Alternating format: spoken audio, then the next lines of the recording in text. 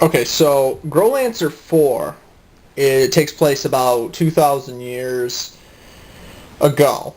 Now, it's stated, it explains a lot of stuff in Growlanser 4. Growlanser 4 is its own game, but I'm not really sure if you want to say that, because it take, kind of like the Fire Emblem games where they take place on like different continents at different time periods. You could technically say they take place on the same planet. Same thing with Growlanser, whatever that planet may be, again, different continents. So while Growlanser 3 takes place 1,000 years before 1 and 2, it's very possible that Growlanser 4 takes place 2,000 years. So again, another 1,000 years before 3 begins, and then another 1,000 years. So again, 2,000 years before 1 and 2 really become what it is. I don't know if that's how it's drawn out, but the idea is that 2,000 years ago, when Wayfarer of Time starts, because that's what they call Growlanser 4, Wayfarer of Time, there was this war between the angels. Now, when they say angels, they could be referring to the Grotians and the Featherians. Now, technically speaking, I'll be honest with you, I don't know everything about the Growlanser series, so there might be some things that even I still have yet to learn, but from what I understand, I always thought that every time you see the angels in this series, it was always like the Featherians, and then, they just had to live and coincide, because again, they're talking about the deities and the small higher up tier classes, like, the ones that support the gods and gods, because there's more than one deity in the realm of Growlanser. That's why you always that's why you see, like, multiple races, even divine spirits and all that. Because, again, like, even with the third game, for example, like going back to Slain, he could see ghosts, even when they were dead. And in the way they play it off, because, like, at the very beginning, Randall, for example, he's the one that was Annette's uncle. However, he dies trying to protect Slain, but it looks like he's there guarding the post, but then you find out he's actually not there. And Slane's, like, learning that he can see ghosts, like he thought he was just there, but he wasn't. He was, like, his spirit was, but he's not, like, in the mortal world. He's, like, kind of like a guardian angel, sort of, but he didn't tell him that. He's just there watching over him. And that's, like, kind of how the series, it plays, like, all these plot twists at you. You could easily miss that, because it was like, I was like sitting there playing it for 5 minutes, and I'm like, oh yeah, I forgot he's a ghost, and he really didn't survive. He did die, even though he talked about, like, how he's like you still think it's my fault that I try to protect you, and he's like, yeah, and because you get an option, and then it just says, he's like, yeah, don't worry about it. He's like it's over with now, and then you find out he's already dead because of it. So that's what's really interesting about Growlanser. There's so many things you could easily miss about the series, and it's so well written. It's kind of reminds me of, like, Valkyrie Profile, with, like, the way the story, they play out war, but it's like you just want to keep reading into it. Like, there's effort put into it, is what I'm saying. So that's what makes Growlanser, like, a great series. And not really a bad series. It's based off Fire Emblem, as well as Lingarson, or what's the other one that Careersoft and Working Design were working on before Atlas started publishing them. It's kind of like another series based on Lingarson, I believe, is what's coming out on the Switch. Like 3 and 4 are. Somewhere on there. But anyways, Wayfarer of Time, is based on all this stuff, apparently. Even though it's its own game. Okay, mind you, Growlanser 4, though, there are 3 versions of the game. There's the original version, which is on the PS2, Japanese only. There's the remake of the game with more extra content, which is, again, the same game, but more, original content. And I recommend playing the PSP version. However, though, you have to know this, though. Wayfarer of Time actually has a sequel that's actually based on the PS2 version, even though it's still the same game. I want to say the PS2 remake version came out or the sequel came out before the PSP remake did.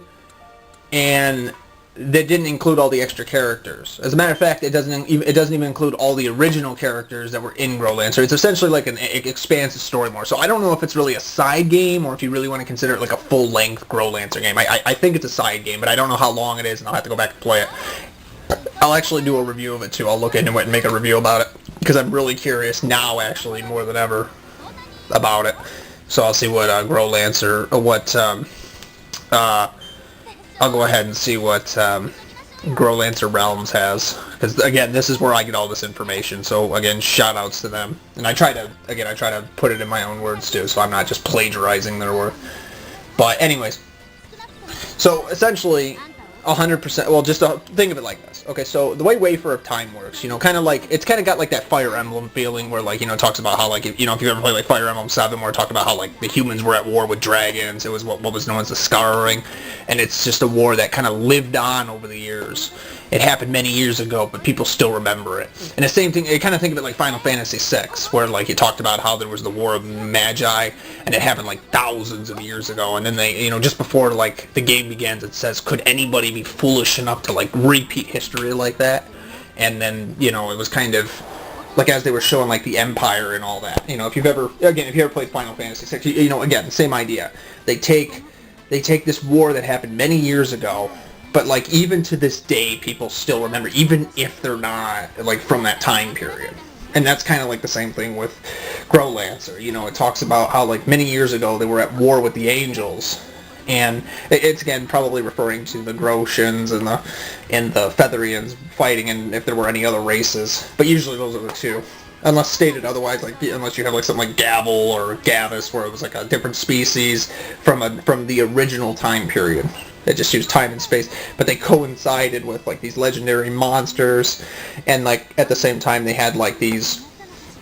I'll throw another example in there. If you ever played, like, Tales of Vesperia, they kind of did, like, something similar, where, like, they had, like, the Entelecheas and the Abafados, if I remember correctly, if that's how you pronounce it.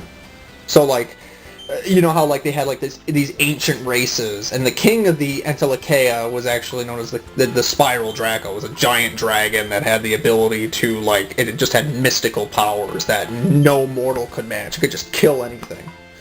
But again, you know, if you ever played the PS3 version of Tales of Vesperia, or if you played what was that version coming out called? The Definite version?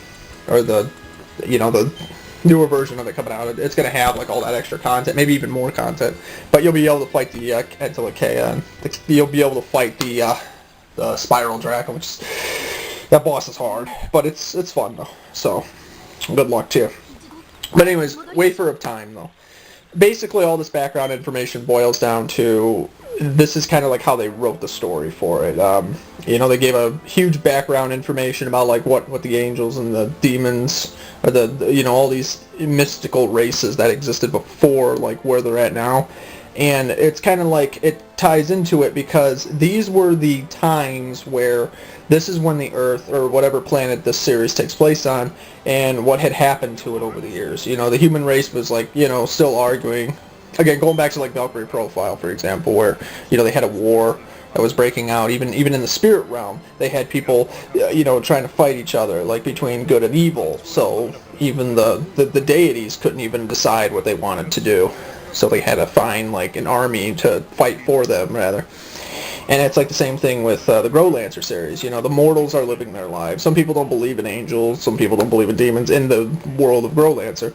But it's like, but there have been people that have seen ghosts. They have seen, again, like in, you know, Growlanser 3. And then there was, like, angels that came down from the heavens, like from another dimension. And they traveled through time and space, made it to the world of Growlancer, where to the continent, appeared out of the sky. Like, one of them did. And he destroyed, like, majority of this. This war was breaking out, and all of a sudden, like, this giant angel that just thought, you know, it didn't even know it had a bad side to it, because, you know, I guess it was pissed off about, it was like a low tier angel, but it was like, but again, later on you meet him, and he just kind of explains, like, why he did what he did. He's not God. It's not a god itself, essentially. It's just a low tier angel, but even still, it's powerful. So you could say it's like a low tier god, but not in its, but in its own way though. But anyways, what it does is it wipes out the whole race, and it destroys, like, a bunch of land. Yeah, there's a lot of people that die too, but not everybody dies either. And so your main character is supposed to be what is known as a Growlancer. Now, I've said before, you know, they never really specifically 100% explain, like, at least not in detail like this game does, like what a Growlancer really does. 100%. Like, a Growlancer by definition is a hero. Someone who is the savior of light. And some people believe that the angels weren't necessarily 100% good, but as you find out, they actually were doing they were trying to figure out how to fight violence with violence, but at the same time, even they were kind of still not perfect, and they were kind of like mortals, but just like in another, they were still trying to figure out like everyday problems, but they just existed in a more powerful and more progressive realm. So maybe at one point they were mortals, but like they died and became higher up spirits, but again still low tier gods, and they still managed to survive is what they did. So in Growlanser, the main character starts with a C. I forget how to say his name actually because I don't have it sitting in front of me. He becomes the Growlanser, and they believe that he will bring the light back to fighting, because at first it looks like the angels are the villains, the Featherians and the but that was not the case though. As a matter of fact, what had happened was there's multiple stories that go on at once, but the main villain really isn't the one who really started the war that the angels, because believe it or not, the angels don't know everything, even if you want to believe that, by mythical, legendary, like once they die they watch over everything, but even they still don't know everything.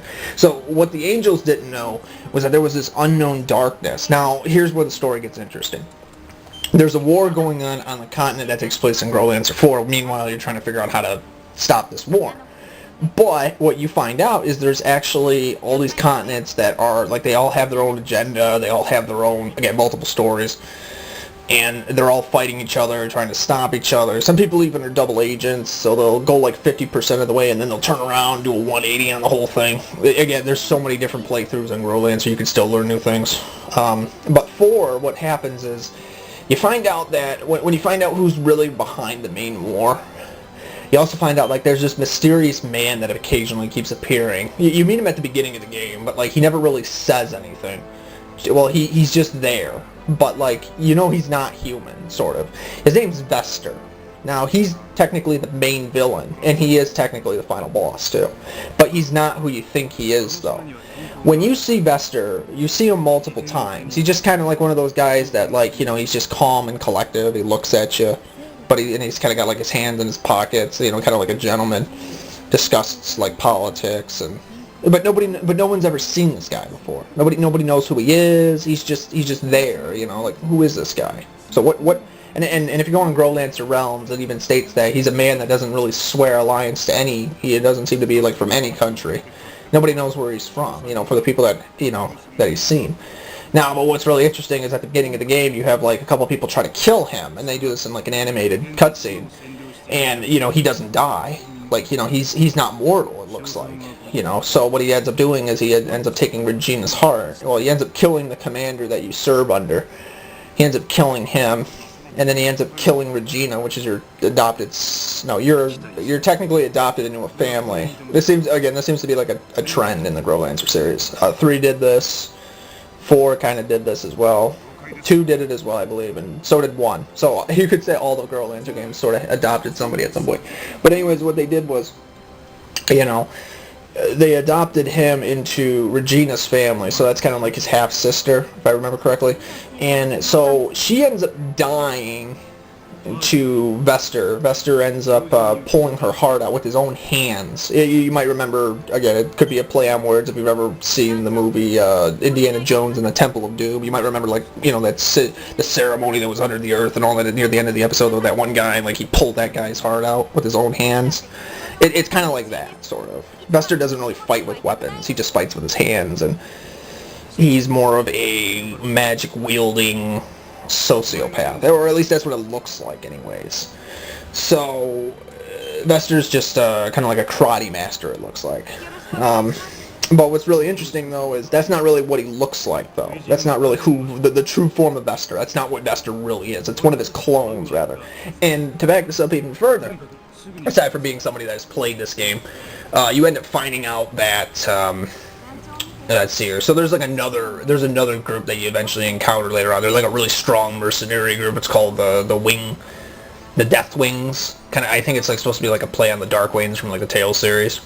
But the Death Wings are significantly different than the Dark Wings, so, what ends up happening, though, is, the Death Wings are a bunch of merciless assassins, rather, cold-hearted killers. Again, another, another group that seems to serve a military of their own, has their own, but they're not the main villains though, 100% at least. There's other armies too you deal with, but these guys just come out of like, nobody really knows who these guys are. However, if you look at their leader wears a skull mask, and you can't really see who it is. But if you look at the way the hairlines come down, you can actually see, it kind of looks like it's Vester. Again, another Vester clone.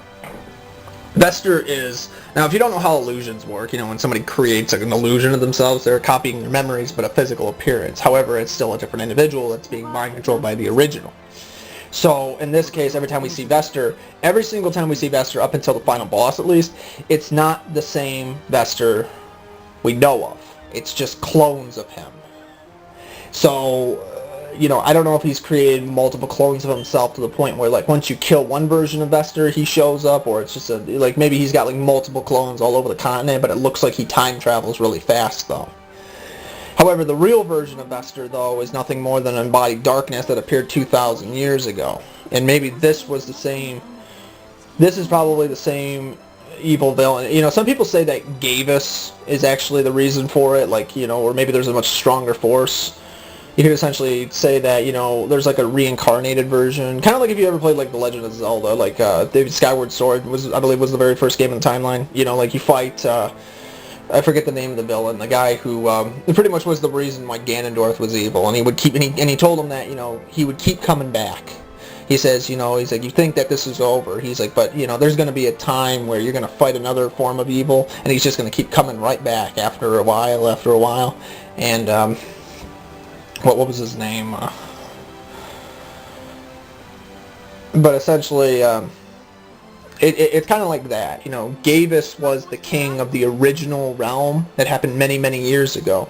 So it's very possible that Vester could have been like one of his embodiments of evil, you know. It seems like there's always like some dark ritual involved, again, you know, hence villains up to no good. But it's like, you know, that's what seems to be, that's like one of the major wars that the Growlancers and the Featherians were always fighting, was like it's always like some strong evil from like another dimension that was connected from the original world. Again, you know, Growlancer deals a lot with parallel universes and dimensions, and they're always trying to play it off like there's always something else out there. More kind of like how the Agara series works, where they say, like, you know, there's an infinite number of potential, but here's one story. Here, let's just tell one story. And, you know, but they always talk about how it's like a story that never ends, though.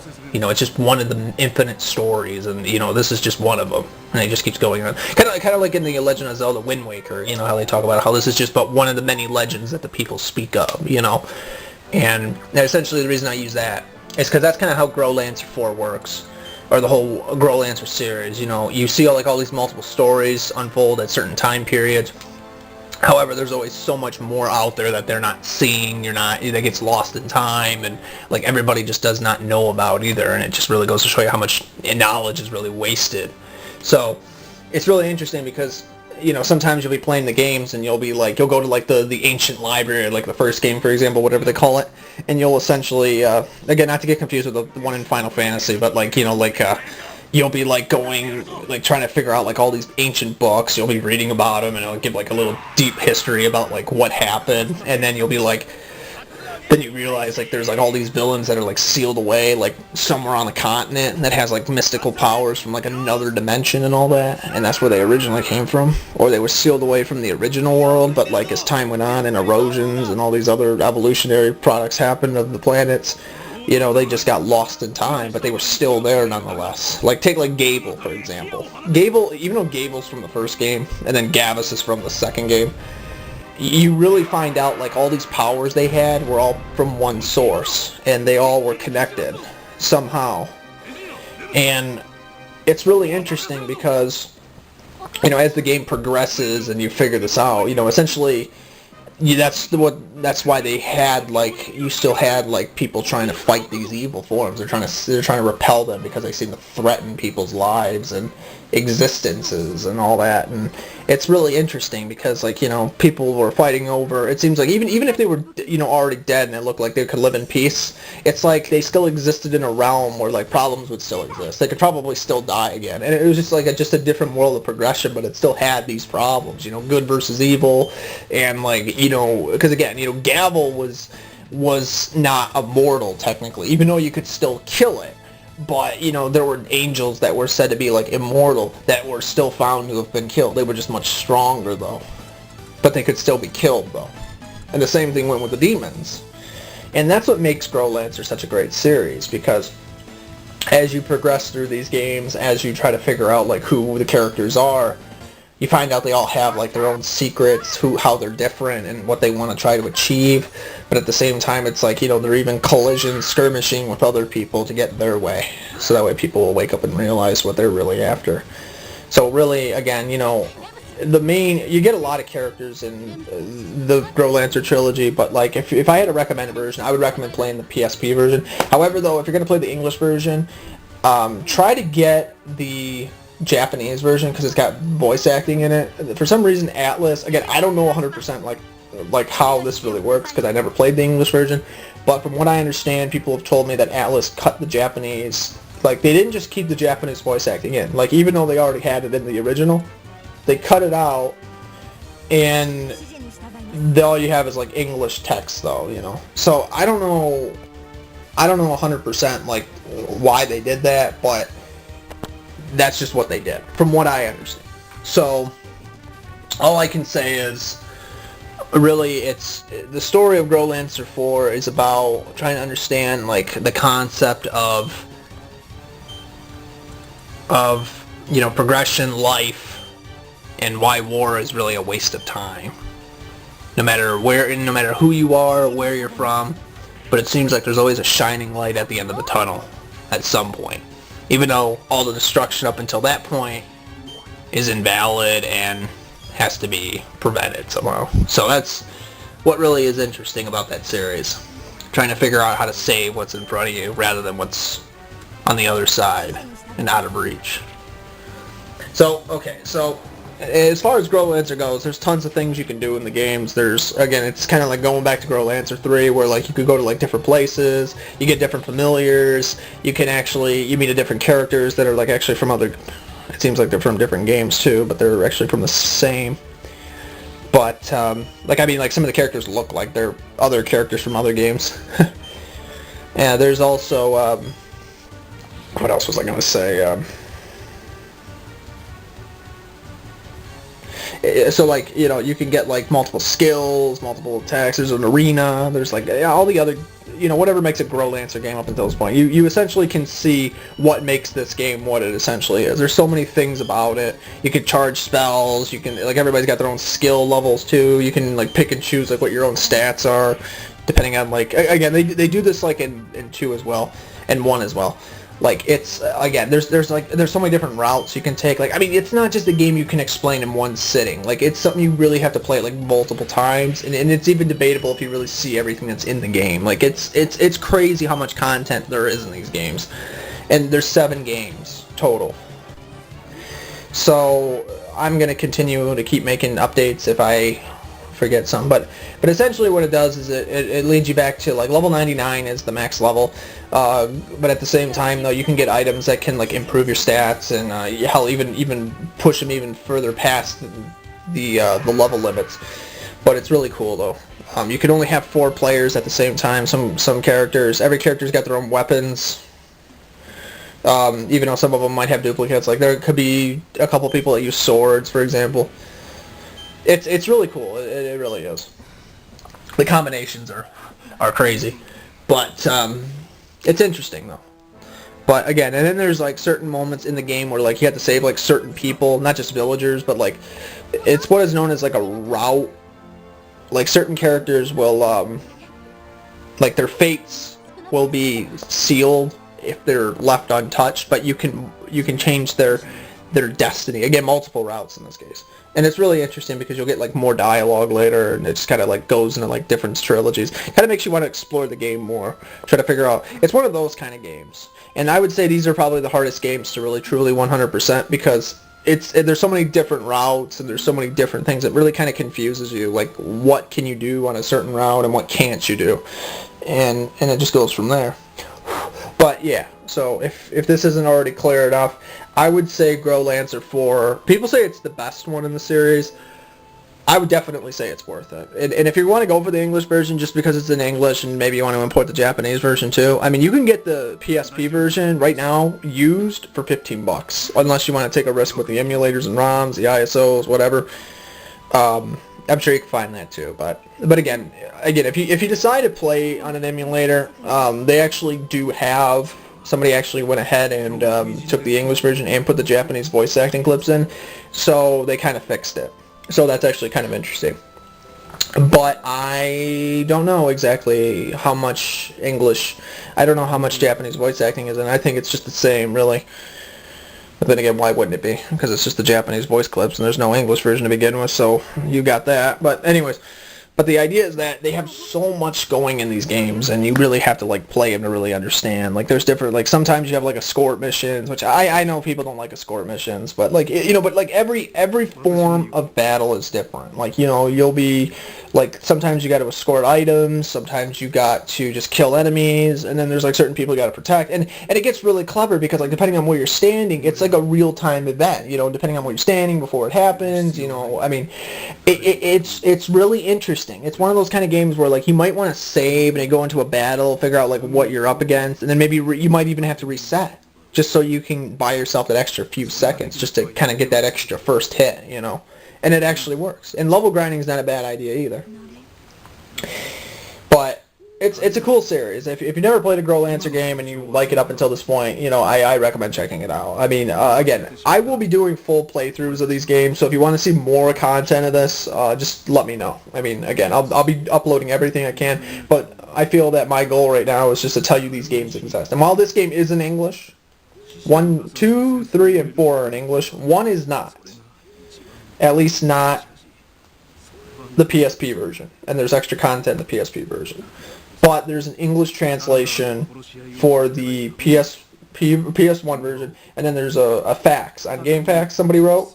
So huge shout out to them for at least clarifying what it's sort of about. So I will be doing the best I can to, put as much of this content in English.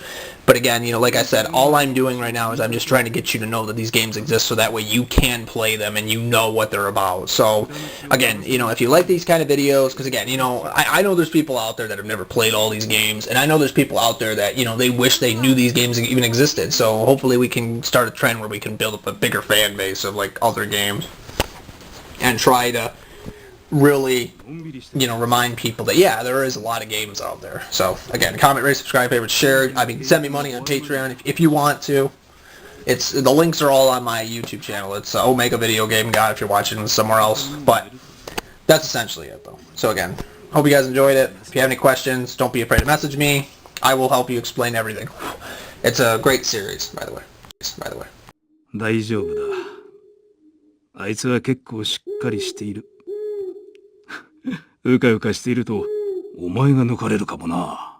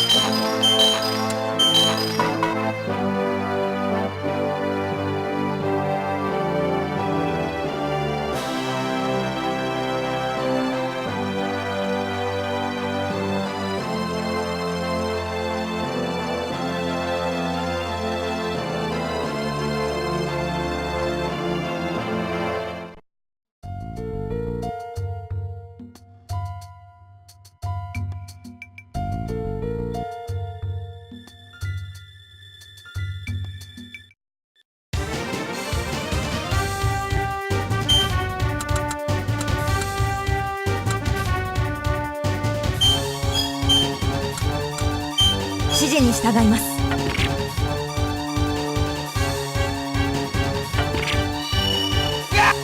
次の指示をください。指示に従います。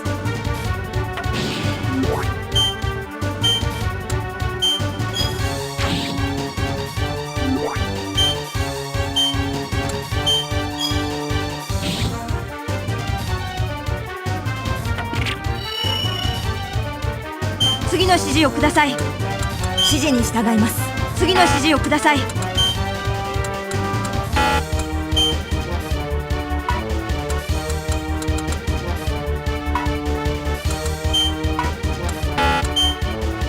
指示に従います。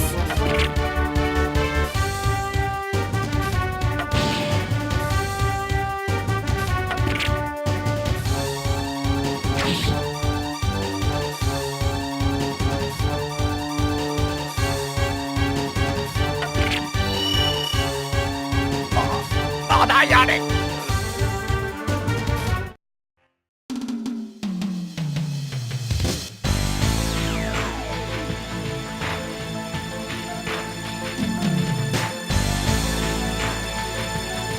負けられないんだ。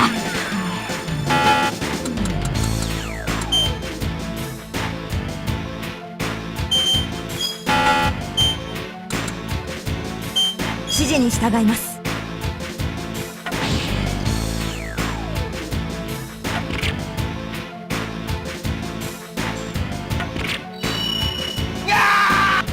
次の指示をください。指示に従います。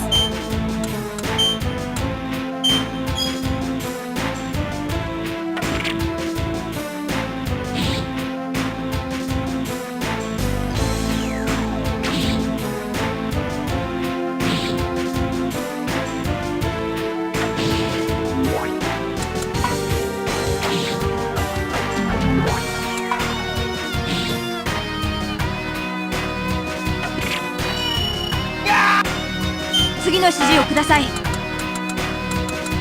示に従います。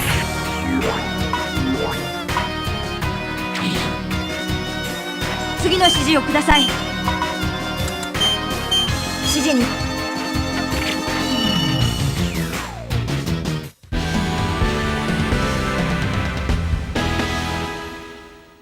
もっと強くならなくちゃ。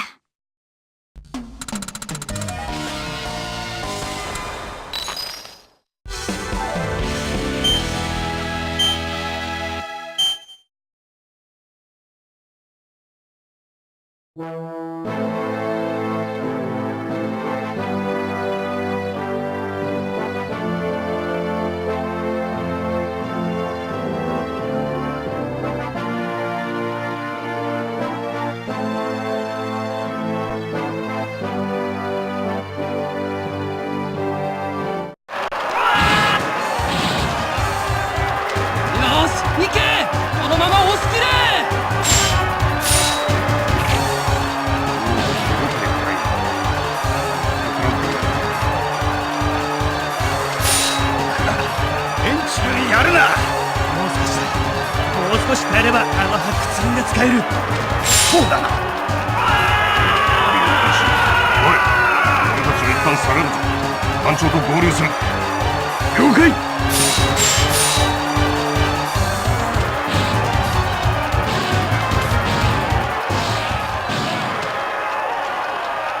幾清掃を経ても愚かさが消えぬ生き物だな、人間は。そしてまたキンキンに触れるつもりか。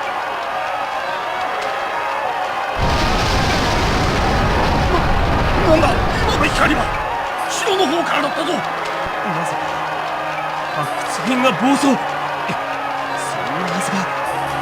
だとしたら一体今のは時代だ。一体何が起こっているんだ。無知で傲慢なる人間よ、再び同じ過ちを犯す前に滅びるがいい。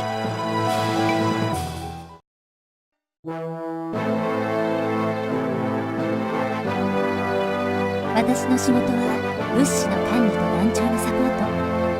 それも大切な仕事だって分かってるけど、こんな時は戦えない自分が歯がゆい。手のお願いで申し訳ないけど、絶対に生きて帰ってきてね。お願いよ。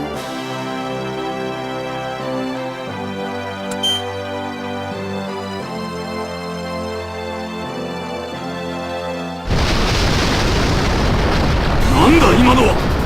東の方で。団長、パウは一体何があったんだ。俺にもよくわかりません。連中が何か企んでいるようなので、一度下がって様子を見ようとした途端に閃光が。最初のやつは連中の城の方でした。次に俺たちがいた戦場あたりで閃光と爆発が。徐々にこっちへ向かっているな。よし、港へ退避するぞ。僕たちも早く港へ行きましょう。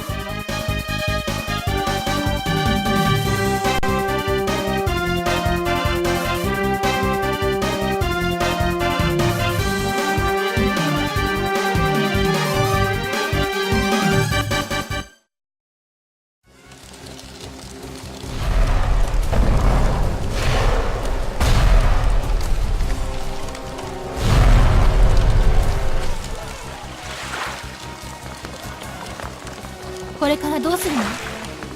お父さん。来たな。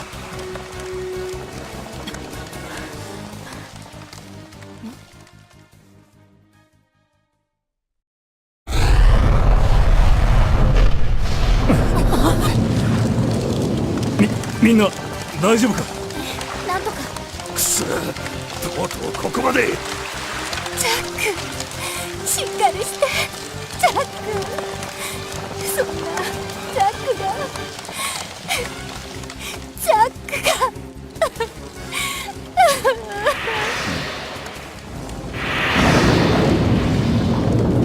団長。あれは